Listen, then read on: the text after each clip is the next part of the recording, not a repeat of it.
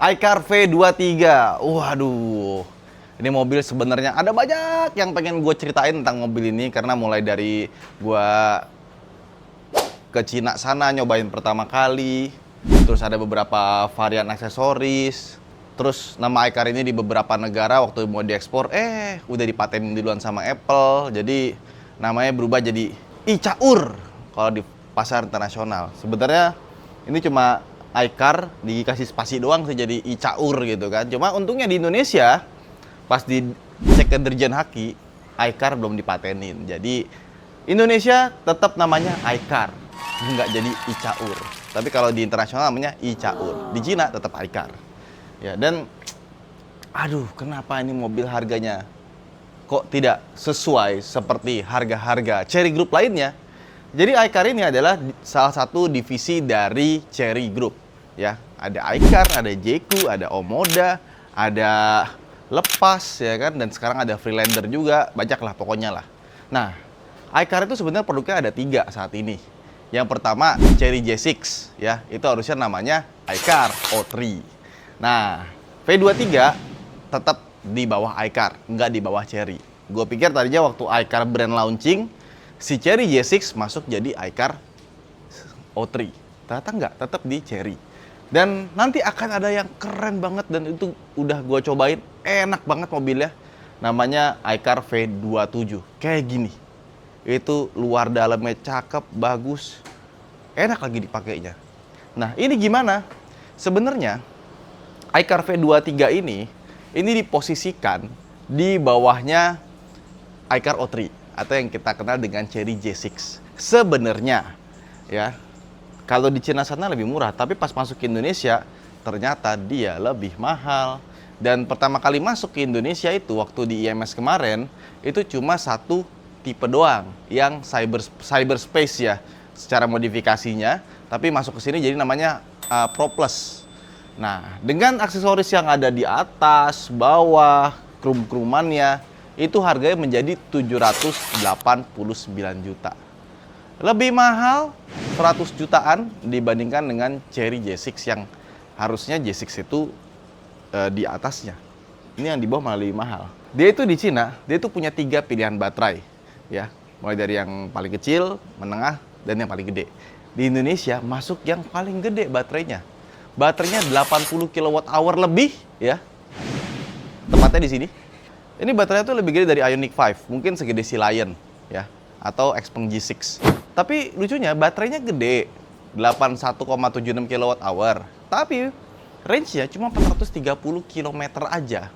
Harusnya dengan baterai 81 dia bisa dapetin 500 kilo. Dan emang di CLTC dia dapetin 501 km dengan baterai 81 kWh. Gede, lebih gede dari Ioniq 5 malah. Ya. Tapi kenapa kok range-nya pendek? Karena lihat desainnya, keren, ganteng, klasik, never fades. Gua suka banget sama desainnya ya. Cuma warna ini kurang oke aja kalau buat gua. Ini kalau misalkan gua kasih desain skor ya dari 1 sampai 100, ini gua kasih 99. Ya, ini sesuatu desain yang gua pikir layak untuk dijual sama Land Rover. Ya kan? Layak dijual sama Mini ya. Misalnya Mini Cooper kan bentuknya lucu-lucu ya. Ada Mini S-Man juga, Countryman ya. Ini jadi Mini Countryman generasi ini juga. Orang tuh wah, desainnya sih depan, belakang, samping makin lama dilihat, makin diparkir di rumah, wah kok makin bagus, makin cakep ya kan. Tapi desain seperti ini sangat tidak aerodinamis. Makanya karena nggak aerodinamis, NEDC-nya cuma 430 km meskipun baterainya besar. Kenapa nggak aerodinamis? Kita lihat aja bentuknya ya. Dia ngotak, kacanya tegak, hampir lurus sempurna. Biasanya kan kaca tuh agak dimiringin gitu ya, biar lebih aerodinamis. Ini nggak tegak doang, tegak ya. Terus lihat nih, yang nggak bikin aerodinamis juga, lihat bempernya itu nggak nutup keseluruhan si bannya. Jadi setengah bannya ini dia keluar expose. Biasanya ditutup, terus dikasih udara dari sini dikeluarin biar si udaranya ini nggak ke dalam gitu loh, nggak muter di dalam. Tapi sama dia dibiarin kebuka biar dapat tampilan yang cakep ya. Dan ini approach angle-nya sih gokil. Gue suka. Gue suka tuh mobil kayak gitu. Jadi dia tuh saking idealisnya, dia mengabaikan beberapa hal yang sebenarnya kalau misalkan dia bikin aerodinamis ya, gue yakin ini mobil bisa sampai 500 kilo.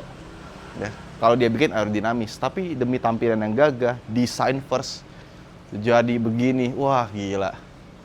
Sesuatu yang kita jarang temukan di zaman sekarang. Biasanya mobil tuh fiturnya dibentokin, apa yang dibentokin. Enggak, ini pokoknya desainnya harus keren dulu ya. Lain-lainnya dikorbanin nggak apa-apa demi desain. Ini cakep, suka gue. Terus kalian mungkin nanya, kenapa kok kalau J6 itu ditempatin di atas ya? Karena secara dimensi, ini harusnya secara desain dan kawan-kawan harusnya di atas di J6 ya. Oh jelas, J6 itu bodinya tuh aluminium. Bodi aluminium tuh udah kayak Audi Space Frame, itu mahal. Nah, mobil ini kan pastinya berat dong, ya kan? Nah, gue tahu bagaimana dia membuat mobil ini jadi lebih ringan. Ya, pertama penggunaan bahan-bahan plastik. Kayak misalkan fender plastik, kayak Outlander Sport, ya kan? Gak apa-apa, gitu ya, biar enteng. Tapi bukan cuma fender ternyata. Kap mesinnya ini juga plastik, ya. Ini juga plastik. Jadi bagian bodi depan sini nih, ini plastik semua sampai ke bagian sini. Yang bagian besinya baru sampai ke sini. Dan seperti biasa mobil Cina, ya pasti bodinya itu tebal, ya. Jadi ke depan sini plastik, dan karena dia pakai plastik juga, otomatis plastik itu kan nggak sekuat besi ya. Kap depannya ini nggak bisa dibuka. Jadi kalau misalkan mau buka mesti bawa ke bengkel, bautnya dibuka segala macam baru bisa dibuka. Ya, sebenarnya kalau mobil udah kayak gini, bodinya tinggi, harusnya kalau dibuka kap mesinnya, dia pasti punya bagian depan tuh bisa jadi tempat buat taruh barang, ya nggak sih? Kayak misalkan VinFast VF3 itu ya, itu kan dia kapnya plastik juga. Pas dibuka, dalamnya ternyata gede, ya bisa dibikin bak. Banyak sekarang yang bikin custom-customnya. Nah, cuman kalau plastik dibuka tutup terus, nanti lama-lama ya begitulah. Takutnya deforming, akhirnya kelihatan kayak mobil kayak bekas tabrak, padahal enggak.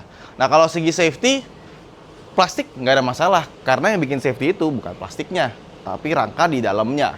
Ya, jadi selama rangka dalamnya sasisnya itu bagus, ya, mau tabrakan, mau bodinya plastik itu nggak masalah. Bodi plastik ini nggak menambah tingkat keselamatan di dalam mobil. Justru kalau misalkan nabrak orang, kena ke sini, ini lebih aman dibandingkan dengan bodi besi, lebih empuk gitu. Nah, terus juga kalau mau ngisi wiper gimana? Nih, di sini nih. Mana ya? Wah, nih. Air wipernya diisinya dari sini. Udah. Ya, cakep ya. Gokil ya. Suka gue sama desainnya. Kemarin gue ke Magelang, di belakang nih mobil, dari belakang kok makin cakep. Jadi pengen. Terus juga yang lucu, spionnya. Gue biasa kan sebelum gue review mobil gitu ya, gue bikin video, itu gue pasti mobil nih sampai rumah nih. Pas malam gue pencet-pencet dulu tuh apa biar nggak salah ya kan. Lo tau nggak, gue ada kali 15 menit nyari ini gimana cara ngelipet spionnya gitu kan. Di layar nggak ada, tombol buat spionnya ada, gue klik kanan kirinya nggak bisa. Ternyata dia spionnya masih manual, enggak auto retract. Tapi setelah gue lihat-lihat, percuma juga dikasih auto retract. Kenapa? Karena bagian terluar dari mobil ini bukan pada spionnya. Jadi kalian misalkan nih lewat jalan gang sempit gitu kan, aduh takut nih, tutuplah spionnya. Percuma, yang kena tuh pasti over fendernya duluan. Atau nih, yang kena footstepnya duluan. Karena bagian terluar dari mobil ini, biasanya mobil tuh ada pada spion, mobil ini beda, bagian terluarnya ini. Jadi bisa dipastikan kalau kalian masuk ke gang-gang kecil, sempit, mau parkir, takut baret, kena orang, nggak usah diginiin. Footstepnya dilepas, atau ininya dilepas nih, baru bisa jadi ketutup, baru bisa jadi lebih ramping ya. Dan mobil ini juga cukup lebar ya, dimensinya seperti ini.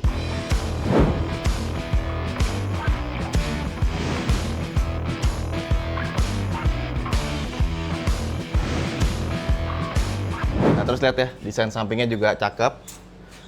Pintunya ini juga kalau dibuka begini ya, jadi dia sebenarnya masih mekanikal. Nah, ini gue suka sih dibanding yang model-model kita deketin dia baru kebuka gitu kan, baru diinin flash gitu, ini lebih bagus sih. Dan ini bagian ininya tuh nyala kalau malam ya. Ini tuh lampu agak lucu. Terus nah ini gue juga suka nih, nggak ada kacanya, jadi sengaja dibikin seperti ini, cakep. Nah ke bawah ya, dia ini peleknya gede, jadi dia pakai pelek R21, gede banget ya. Cuman kalau misalkan gue beli di mobil, kayaknya pelek gue kecilin, gue kasih ban profil yang lebih tebel, bannya juga ban AT, biar lebih keren gitu ya. Dan ini bannya pakai ukuran 265/45 R21, gede banget. Kebayang kalau misalkan nanti kalian udah habis bannya, ganti ban pelek 21, 20 aja udah mahal, apalagi 21, ya kan? Jadi ya seperti gue bilang, kenapa lebih mahal dari J6 beralasan, baterainya lebih gede, bannya juga lebih gede. Ya, cuma yang beli mobil ini pasti sukanya karena emotionnya sih. Seperti tampilan belakangnya, ya. Keren banget. Gue nyetir di belakang mobil ini ya, set. Wah gila, ini makin lama makin bagus, ya. Jadi dia tuh berhasil menggabungkan antara desain klasik sama desain modern. Ya, ini kayak keluar di tahun 2040 juga orang ngeliatnya, wow, keren. Dan ini kalau kita lihat sekilas, tau nggak mirip apa? Mirip G-Class. Lampunya tuh. Cuma lampu remnya kecil. Walaupun kalau nyala tuh terang banget. Bahkan kalau malam nyala lampu remnya kadang-kadang belakang tuh agak silau gitu. Nah, sama dia ada remote stop lampnya ditaruh di sini dan dibikin transparan, tulisannya V23. Aduh keren banget. Sama di sini tuh ada kamera mundurnya ya, termasuk kamera 360-nya. Nah, ini yang gua bingung nih. Ini ada tulisan ya, sama ini agak transparan nih tulisannya MMW radar. Radar tuh artinya radio frekuensi ya, distance and ranging. Jadi buat ngukur jarak. Tapi di sininya ada sonar. Ini buat apa ya? Dan ini kan mobil masuk ke Indonesia belum ada autonomous driving-nya. Kalau udah ada autonomous driving-nya, radarnya di mana-mana segala macam, itu bisa kepake. Mungkin ini kalau masuk ke Indonesia cuma hiasan aja sih. Nah, terus juga naruh mata kucingnya lucu di sini. Jadi attention to detail dari desainnya itu cakep banget ya. Dan untuk belakangnya juga dia sudah pakai multi-link suspension ya. IWD. Dan literally ini mobil belum ada harganya. Karena yang kemarin 789 itu harga untuk yang tipe yang Pro Max itu, Pro Plus. Yang versi OG atau originalnya, yang IWD dan RWD itu belum keluar. Tapi menurut gua kayaknya harganya nggak beda sampai 200 juta sih. Jadi kalau misalkan kalian berharap nanti keluar yang murah, kayaknya dikubur dulu tuh harapan itu. Tadi gue pikir kalau J6 harganya 500-an, berarti ini harganya bisa 400-an nih. Cakep. Menarik juga, ternyata mahal. Nah, sama dia nggak ada wiper belakang, tapi dia ada defoggernya. Di atasnya nggak ada spoiler lagi, tapi udah cukup ya. Belakang kita buka, nah bagasinya ke samping. Bisa dibikin ke atas sebenarnya, karena kan dia nggak ada bannya ya. Tapi biar kelihatannya SUV banget, gitu ya, klasik banget. Nah, dibikin kayak gini. Oke, nih lihat nih. Tuh, ada storage yang gede ya. Jadi meskipun di belakangnya tonglannya itu bukan ban serep, tapi sebenarnya dikasih masukin lagi ke dalam kayak gini. Dan kalau misalkan naruh barang juga ada giniannya, jadi aman, nggak gubrak-gubrak di dalam ya. Ini juga plastiknya tebal banget, bagus nih. Bukannya plastik keplek-keplek gitu tuh, nggak flexing. Tuh. Ada tulisannya Born to Play. Oke, kita tutup. Di sini juga ada vestnya. Jadi mobil Cina itu, karena peraturan di sana itu harus pakai vest ini kalau misalkan mobil kita bermasalah, biar kita nggak ditabrak dari belakang, kelihatan pas malam hari. Ini juga buat kalau misalkan kita kekunci dari dalam, mau buka dari sini. Cing, ya. Nah, bagasinya nggak gede-gede amat gitu ya, tapi lebih gede daripada Jimny sih. Nah, ini kalau kita lihat ke bawahnya, wah, storage-nya gede banget. Tuh, ada chargerannya juga. Ya. Dan ini kayaknya bisa taruh bawah lagi nih.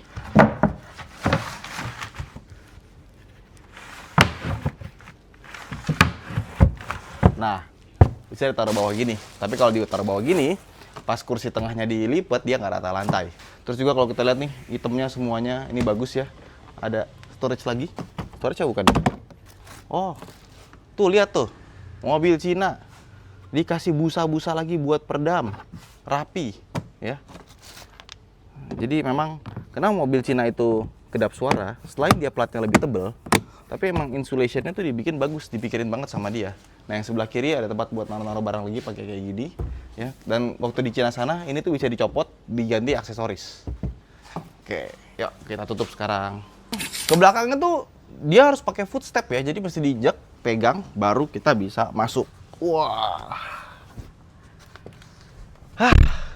Gelap ya dalamnya ya, karena plafonnya hitam ya, dan ada topi nih, lumayan kita pakai dulu. Nah, kursi belakangnya nyaman dong. Jadi daripada dibikin buat 3 orang ya, sama si iCar langsung aja dibikin buat 2 orang. Jadi kursi belakang itu kan biasanya rata ya. Nah, kursi belakang ini tuh dia kayak meluk gitu loh, kayak kursi depan. Jadi pas kita, nah itu kayak ada support, ada tie support kiri kanannya. Pas duduk enak, cuma emang nggak bisa rebah lagi, dia cuma segini aja. Dan beberapa mobil Cina itu biasanya kan agak gantung gini ya, ini enggak, ini pas. Jadi belakangnya ini kursinya enak banget, tapi sayangnya nggak ada armrest. Mungkin bawa ke Om Ferry, bilang minta, Om tolong pasangin armrest dong. Nggak cuma buat sebelah kiri, sebelah kanan juga, karena sebelah kanannya ini buat armrest juga terlalu tipis dia. Ya meskipun kalau kita lihat detail ya bagus banget ya, lihat tuh. Nih detail-detail sebelah kanannya ya, ini buat power window-nya, sama buat bukaan pintunya, bagian sininya itu bagus. Bagian sini masih plastik keras, tapi yang bagian sini tuh udah empuk semua. Plafonnya juga dipegang enak, nggak ada panoramic sunroof juga, dan sayangnya dia nggak ada AC belakang ya. Jadi kalau kita lihat di sini, dia tuh ada gambar V23-nya, ya, tapi nggak ada AC belakang. Tempat buat naruh handphone juga ada di sini ya, sama colokan charger juga nggak ada sepertinya di sini ya. Nah, di sini ada beberapa tempat penyimpanan, tapi buat naruh aksesoris kali ya. Udah gitu aja. Jadi meskipun kursi belakangnya dilihat bagus, nyaman ya, ada aksen-aksen chrome-nya juga di sini, kayak apa ya, kayak kancing gitu, bukan kancing, apa sih? Udah senyaman ini kursinya, sayang sekali nggak dikasih AC, nggak dikasih ya begitu-begitu. Kalau misalkan dikasih, pasti lebih bagus lagi ya. Terus gimana cara ngelipetnya? Cara ngelipetnya gini. Nah, kita angkat, dan ketika diangkat juga ternyata bisa dipakai buat naruh barang-barang nih. Ya, karena gede space-nya, baru kita tutup di sini. Oke. Nah, baru bisa jadi rata lantai, beneran rata. Cakep ya. Nah, jadi ini mobil tuh kayak love and hate relationship gitu. Ada banget yang kita suka, tapi ada beberapa yang bikin turn off gitu. Wah, udah bagus banget nih kursinya, enak, nyaman. Nggak ada AC, nggak ada charger. Tapi sisanya sih desainnya segala macam top. Kita ke depan yuk. Nah, sama mesti naiknya pakai footstep juga ya. Enak, adem. Hari ini panas banget di Klaten, Allahu Akbar. Desain interiornya ini salah satu EV yang paling cakep. Desain interiornya cakep banget.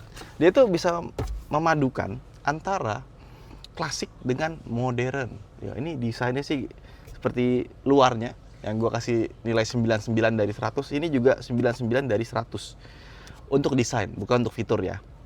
Jadi kita lihat nih ya, dari detail atasnya nih, tuh lihat tuh tombol-tombolnya tuh kayak gini, pencetannya bagus, kualitasnya, dan ini ada aux 1, aux 2 disiapin kalau misalkan mau nambah aksesoris. Nah, nyalain lampunya dari sini, cakep ya. Nah, tapi bawahnya dia belum elektrokromatik. Nah, di sini ya ada lampu, ada kaca, sampai ke sebelah kiri juga. Terus bagian bawahnya sini, ini desainnya juga cakep, empuk-empuk, sini keras, ini empuk lagi, dan di bagian sini bisa dipakai buat naruh barang, ya. Sama dibikin kayak rugged-rugged gitu loh. Nih sama kayak ininya. Ada tulisan Born to Play juga, di sini empuk. Cuma kalau bisa dikasih pegangan, kayak Jimny. Kenapa? Karena biasanya kalau mobil off-road gini, depannya ini dikasih pegangan buat kalau kita lagi off-road itu, yang sebelah kiri ada pegangan ya, nggak cuma ke sebelah kiri. Ya. Terus sebelah kanan sini, sebenarnya di Cina sana ada yang versi pakai speedometer, tapi masuk ke Indonesia ini speedometernya nggak ada. Ya, jadi kalau misalkan ada aksesoris yang jual, itu sangat bagus banget tuh dikasih speedometer digital. Ya, sama ini ada buat pengatur ketinggian lampu ya. Jadi pengaturannya itu masih banyak pakai tombol.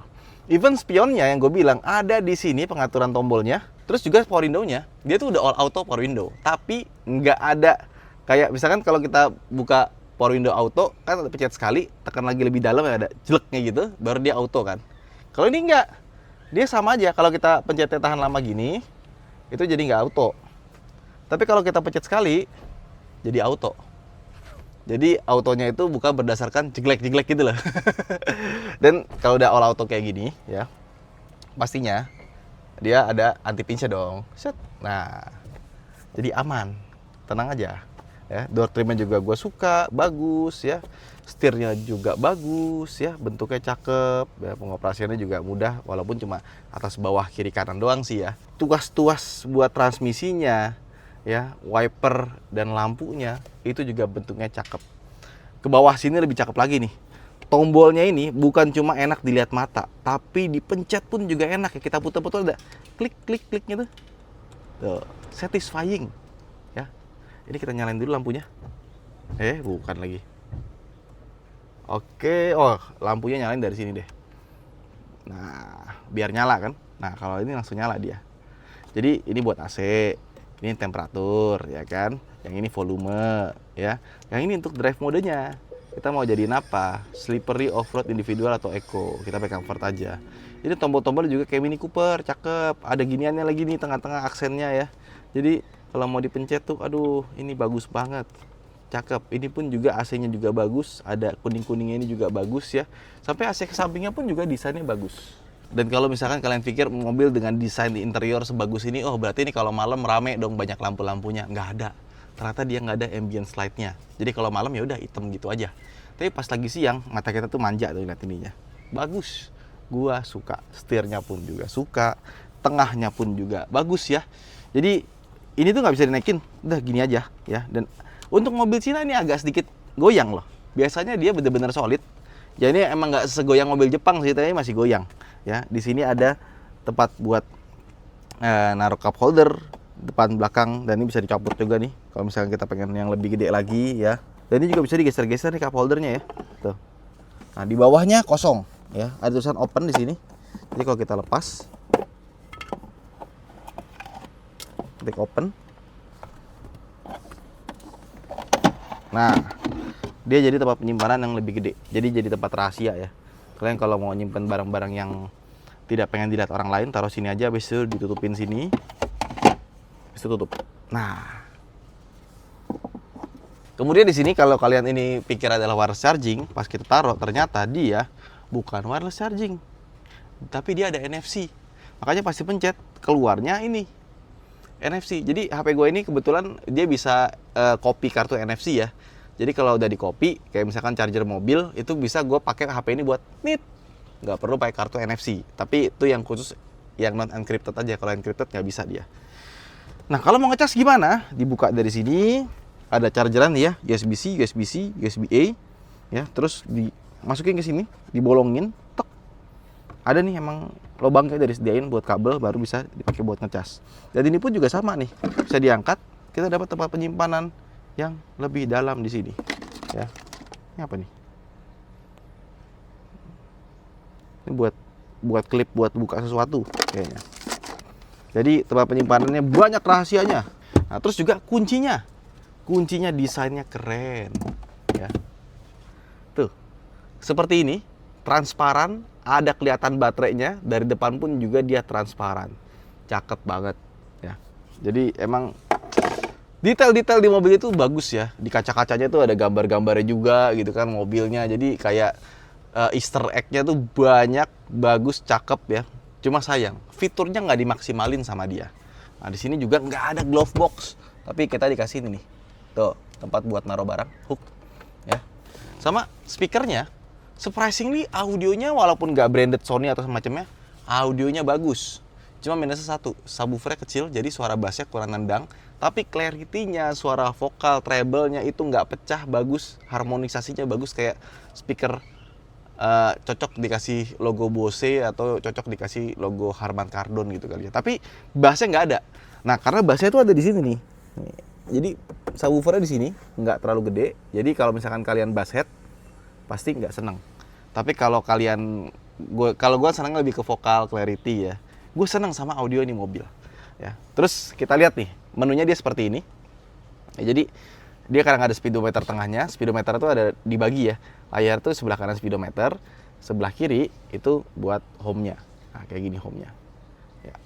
Terus di sini ada indikatornya, baterai berapa persen ya. Indikator lagi. Terus kita bisa geser-geser mobilnya. Ini bisa diganti juga seperti ini. Terus di sini ada FM, radio musik, dan ada DVR. Jadi kalau kita nggak punya dashcam, cukup dimasukin USB aja kayak flash disk gitu, nanti dia akan ngerekam ke flash disk.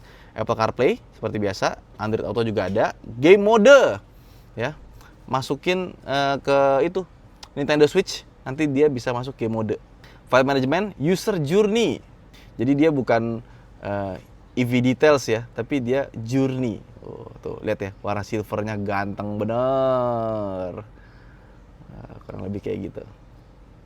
Nah ini power consumption-nya, driving, air conditioning 65%, power consumption, electric equipment 33,8%, karena dari tadi kita nyalain mobil ini biar adem. Ya. Surround view monitor, oke, bisa dibikin transparan juga dan cakep dia. Oke, lanjut, ada user manual, off-road dashboard. Waduh, tuh, lihat tekanan ban dan kawan-kawannya kelihatan ya di sini. Terus juga masuk lagi, ada Android Auto, Alkibla. Harus dijalanin mobilnya biar gyronya bener. Oke. Terus di sini ada sebelah kiri kanan. Yang pertama ini untuk settings ya, body control bisa dari sini. Driver mode settings, brake hold, stability dan kawan-kawan mode juga bisa diatur dari sini. Intelligent driving. Oke. Ada lighting settings di sini ya. Energy manage, display. Nah, ini ada 4 bahasa ternyata. English, Thailand, bahasa Melayu, bahasa Indonesia. Jadi dia udah disiapin buat 3 negara lain nih selain English ya. Bahasa Melayu, bahasa Indonesia sama Thailand. Coba bahasa Thailand. Nah, lo pusing kan, Pak? Paparan massa. Oke. Pampasan kelantangan mengikut kelajuan. Maksudnya apa? Oh, ini bentar. Kayaknya gue tahu deh. Nah, speed dependent volume compensation. Jadi kalau kita semakin kencang, audio dalam juga semakin kencang. Safety juga ada di sini ya. Driving video restrictions, kita matiin aja biar bisa nonton sambil. Oh, harus ini. Oke. Biar bisa nonton sambil jalan. Ya, trailer mode ini penting banget. Kalau kalian pengen netralin mobil, nggak tahu caranya, pencet trailer mode ya. Turn off-nya ada di sini, voice ya. Oke. Hello iCaur. Jadi bukan iCar dia. iCaur. Coba kalau bahasa Indonesia kan jadi iCar dong. Wah, tadi display bahasa Indonesia ya. Suara tetap hello iCaur. Coba ya kita ngomong ya. Hello iCar. Diem. Hello iCaur. Mau dia. Harus iCaur ternyata. Udah deh. Jadi tetap dia harus ngomongnya iCaur ya. iCar nggak bisa. Nah, English saja. Nah, ini connect. Oke, general. Ya, tapi yang gue senang kalau Cherry Group bikin mobil tuh pasti displaynya dia nggak lemot ya, cepet gitu. Oke, nah sama kalau kita mau dapat shortcut, tinggal dari atas ke bawah aja. Udah, seperti itu dia. Dan kalau pengen AC lebih detail, tinggal ditarik dari bawah ke atas. Dia ada pendingin kursi kiri kanan, tapi nggak ada pemanasnya. Terus posisi duduk kan gue bilang enak nih mobil ya, udah elektrik, bisa diatur ketinggiannya. Tapi untuk setirnya sayang sekali dia belum teleskopik, baru tilt steering saja. Karena emang didesain sebagai mobil yang lebih bawah dibandingkan dengan G6. Nah, sekarang kita coba V23 di Indonesia ya. Oh, ada lane departure warning ya. Tuh. Tapi emang ADAS-nya bagus sih. Jadi kalau kita pakai di tol, dia itu bisa kita nyalain ADAS-nya, udah. Tinggal kita ikutin aja. Kita matiin dulu. Dah. Nah, aman kan? Dah, sip, aman. Nggak bunyi-bunyi lagi. Jadi gue udah pernah nyobain mobil ini di Cina, dan so far gue puas banget ya. Tapi memang ternyata jalanan Cina sama jalanan Indonesia itu beda banget ya. Mobil yang kita rasa enak di Cina belum tentu di sini rasanya enak. Jadi di Cina kan jalannya mulus-mulus, lurus-lurus rata-rata. Ada sambungan pun rasanya juga ya nggak terlalu berasa gitu ya. Di sini jalan biasa aja. Jadi ini mobil suspensinya kaku ya. Jadi kalau kita lewat jalan bergelombang itu terasa tuh goyang-goyang gitu ya. Ini jalan lurus gini aja, itu lumayan tuh berasa tuh goyang-goyangannya tuh, ting ting ting ting ting gitu berasa. Tapi kalau kita ngehajar lubang atau polisi tidur ya, jeglukan gitu lah ya. Tiba-tiba jalannya gerbuk, lembut dia. Jadi nggak gubrak yang bikin sakit tuh nggak. Ya, tapi di jalan lurus begini yang goyang-goyang dia tuh kerasa glik kayak gitu ya. Tapi pas kita kena sesuatu itu nggak bikin sakit gitu. Jadi dia kaku tapi nggak keras. Gimana jelasin ya? Ya kurang lebih seperti itulah.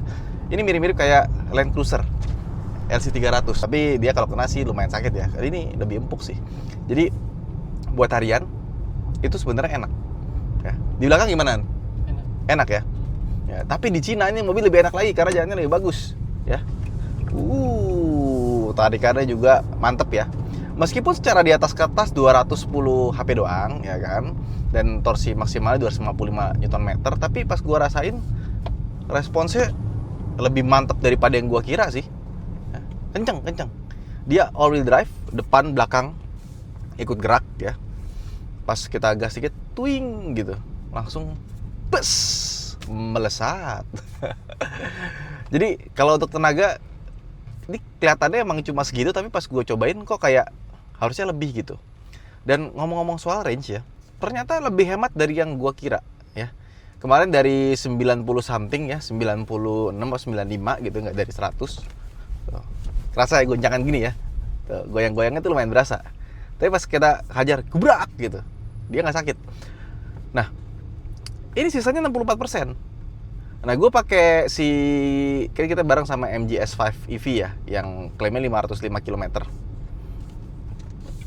Si MG S5 itu malah lebih turun 56% kemarin, sampai sama-sama jaraknya sama gitu ya. Tapi pas kita pakai, ternyata sisanya banyakan ini.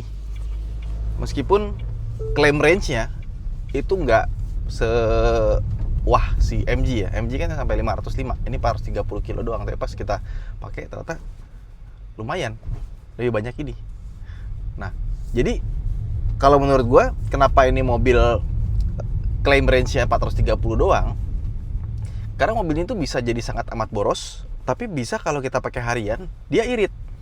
Soalnya dia all wheel drive, depannya gerak, belakang gerak. Jadi kalau kita gas pol terus ya, dia ngeluarin baterai tuh ngeluarin tenaga ke depan sama ke belakang. Akhirnya susutnya cepet. Si iCar-nya ini, kalau menurut gue dia nggak mau overclaim. Nanti kalau dia bilang 500 kilo terlalu cepet ya. Tapi kalau misalkan diirit-iritin dia bisa. Ya, jadi dia bikin begitu aja gitu. Nah tuh, berasa ya goyang-goyangnya ya. Ya. Tapi pas kena posisi tidur, kerasa goyang tapi nggak gubrak gitu, nggak gitu loh. Jadi dia cocok buat yang jalan-jalannya mulus sih. Offroad pun juga sebenarnya harusnya enak nih, karena ketika dibanting-banting dia nggak bikin pegel, nggak bikin nyiksa gitu. Cuma ya goyangannya ini agak lumayan. Tapi ini mobil tinggi ini ya. Gue tuh duduk di sini tuh kayak commanding banget gitu, kayak duduk di atas Rubicon gitu ya. Handlingnya sih keren sih, gokil. Belok tuh body rollnya, setirnya emang rasanya enteng ya, tapi cukup precise. Dan belok sambil kita gas tuh masih nempel tuh kakinya tuh. Dengan ban standar. Kalau kalian ganti ban yang AT-AT-an gitu ya pasti nggak bakal kayak gini sih. Cuma surprisingly ini mobil mantap kali, gaspol. Puncang. Ini kayak peluru tuh nggak ditembak, terus kayak kita naik itu jet coaster. Kencang sekali. Dan kemarin dibawa dari Jakarta ke Klaten, suspensinya ternyata dipakai kencang itu dia lumayan mental-mental ya. Jadi kalau misalkan di Cina itu jalannya bagus, lurus, sambungannya juga halus, mungkin nggak berasa tuh, rasanya kayak rata aja. Tapi di Indonesia jalan tolnya begini-begini.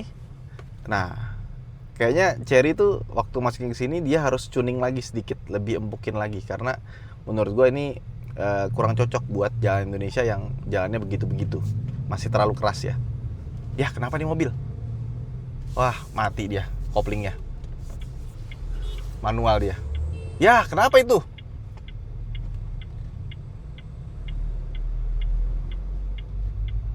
Ya, kenapa dia?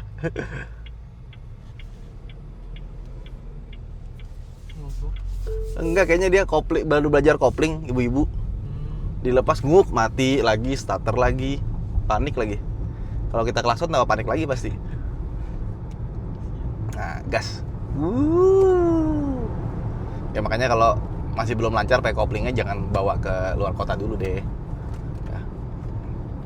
Jalan-jalan lancarin dulu aja di dekat-dekat rumah.